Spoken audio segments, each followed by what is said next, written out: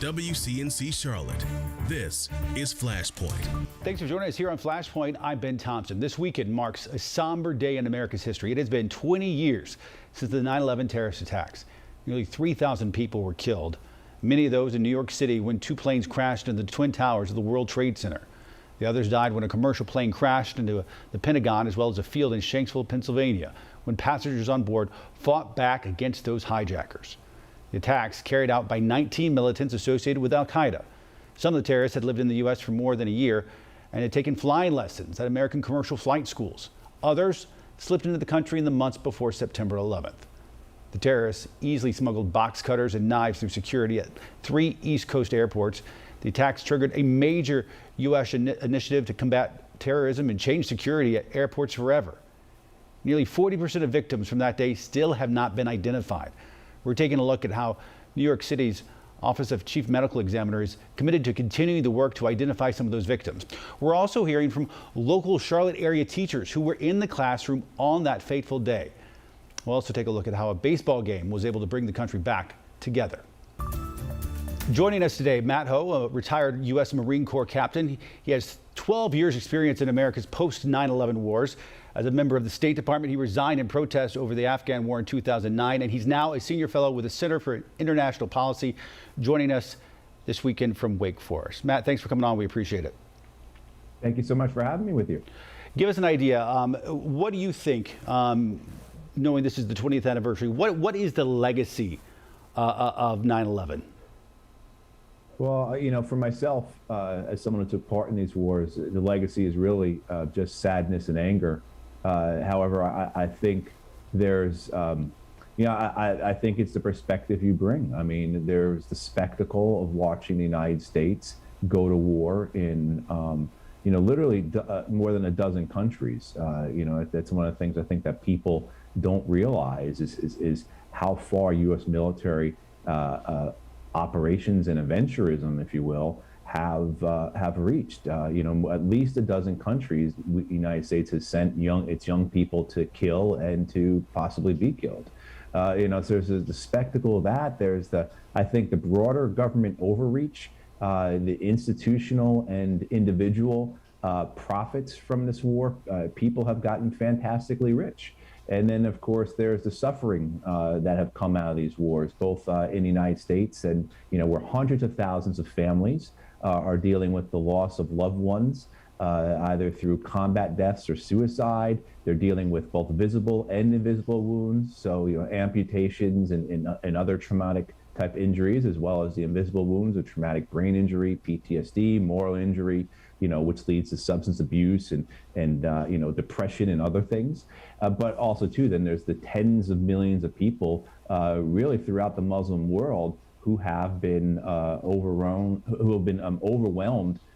devastated, ruined by these wars. And of course, we can go on and on. I mean, there's secondary and tertiary effects, right? So you could talk about the effects on people of Europe because they have had to absorb the refugees of these wars. So it's hard to make I think it'd be very hard for someone to say that these wars have not had the consequences of 9/11 have not been really quite astounding, robust, and ever present. I think a lot of people would agree with aspects of what you just said, and you certainly know it firsthand. Let me be contrarian for just a second, though, and say, what would you say to folks who say, you know what, there's not been another attack like this on American soil in 20 years, and the fact that that is the case means that we've had some success? Well, there wasn't an attack like this before, either, before 9/11. And you have to look at it as how many attacks have there been. There's been more than 60 al-Qaeda attacks against the United States since 9/11 by al-Qaeda, as well as a number of other terror groups. Look, on 9/11, there were 400 people in al-Qaeda total across the world. Most of those people were not in Afghanistan. This is according to the U.S. FBI. And so what 9/11 did, or the American response to 9/11, invading and occupying Afghanistan, invading and occupying Iraq, the wars throughout the Muslim world, whether it be Yemen, Libya, Somalia, Syria, et cetera. That 400 number, total number of people in al-Qaeda on 9/11 has grown to the tens and tens of thousands. They have taken over entire cities and regions. They still control parts of Syria. So this has been a great success for al-Qaeda in a number of different ways. As well, too, then you had groups like the Islamic State form. I mean, all of these is repercussion. All of this is the result of the wars that the United States has chosen to engage in these last 20 years. It's been a recruiting bonanza for al-Qaeda. And so you can see that bin Laden's strategy was quite effective, with that, because just that one attack caused the United States to invade, occupy, and conduct these wars that have done exactly as bin Laden wished. They have cost us trillions of dollars. They have cost us, ruined the lives of hundreds of thousands of American families. What do you think, though? Let me just interrupt real quickly. What do you think would have been a better, more effective, more nuanced strategy starting on September 12th, 2001?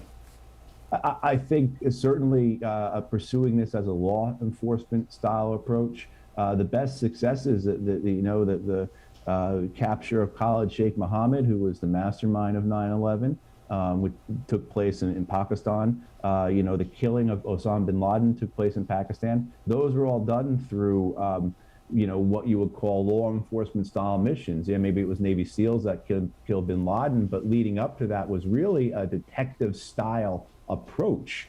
And I think that would have been a much more effective strategy as opposed to occupying a country the size of Texas, which is what Afghanistan is, and then of course leading into the other wars, most especially Iraq, by focusing strictly on al-Qaeda as opposed to trying to overtake and then make these nations in our own image, if you will, that would have not allowed for the blowback. That would not have allowed for these repercussions that we have seen, again, with tens of thousands of people joining these groups like al-Qaeda, the Islamic State, or various insurgencies, militias, or et cetera. Because what we do know about these groups, about these memberships, is that the majority of the people in these groups, anywhere from 75 to 90% of people who join what we call jihadist groups, are joining these groups not because they hate American freedoms, not because they are religious zealots, but simply because they see themselves as defending their communities from attack by outsiders, by the West. Folks have been highly critical of President Biden in the last few weeks and with the withdrawal from Afghanistan, but you've been critical of this mission going back 10, 11, 12 years, and sort of could see this sort of end happening all along.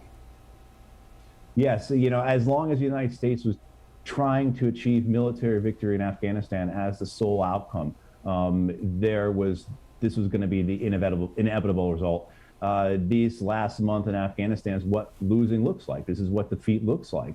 There's no better way to be defeated, if you will. And so, of course, it was going to be ugly. It was going to be messy. It was going to be humiliating. But that's the consequence, again, of choosing military victory as a sole outcome, as opposed to negotiations, or as opposed to any form of negotiation, right? Any type of desire to achieve anything other than a victory was something that neither Republican or Democratic administrations could stomach. And so this was the consequence. Matt Howe, retired U.S. Marine Corps captain. We appreciate your service. We appreciate your expertise. The fact that it's coming from right here in North Carolina, we appreciate it as well. Thank you. Thank you, Ben. More Flashpoint after this.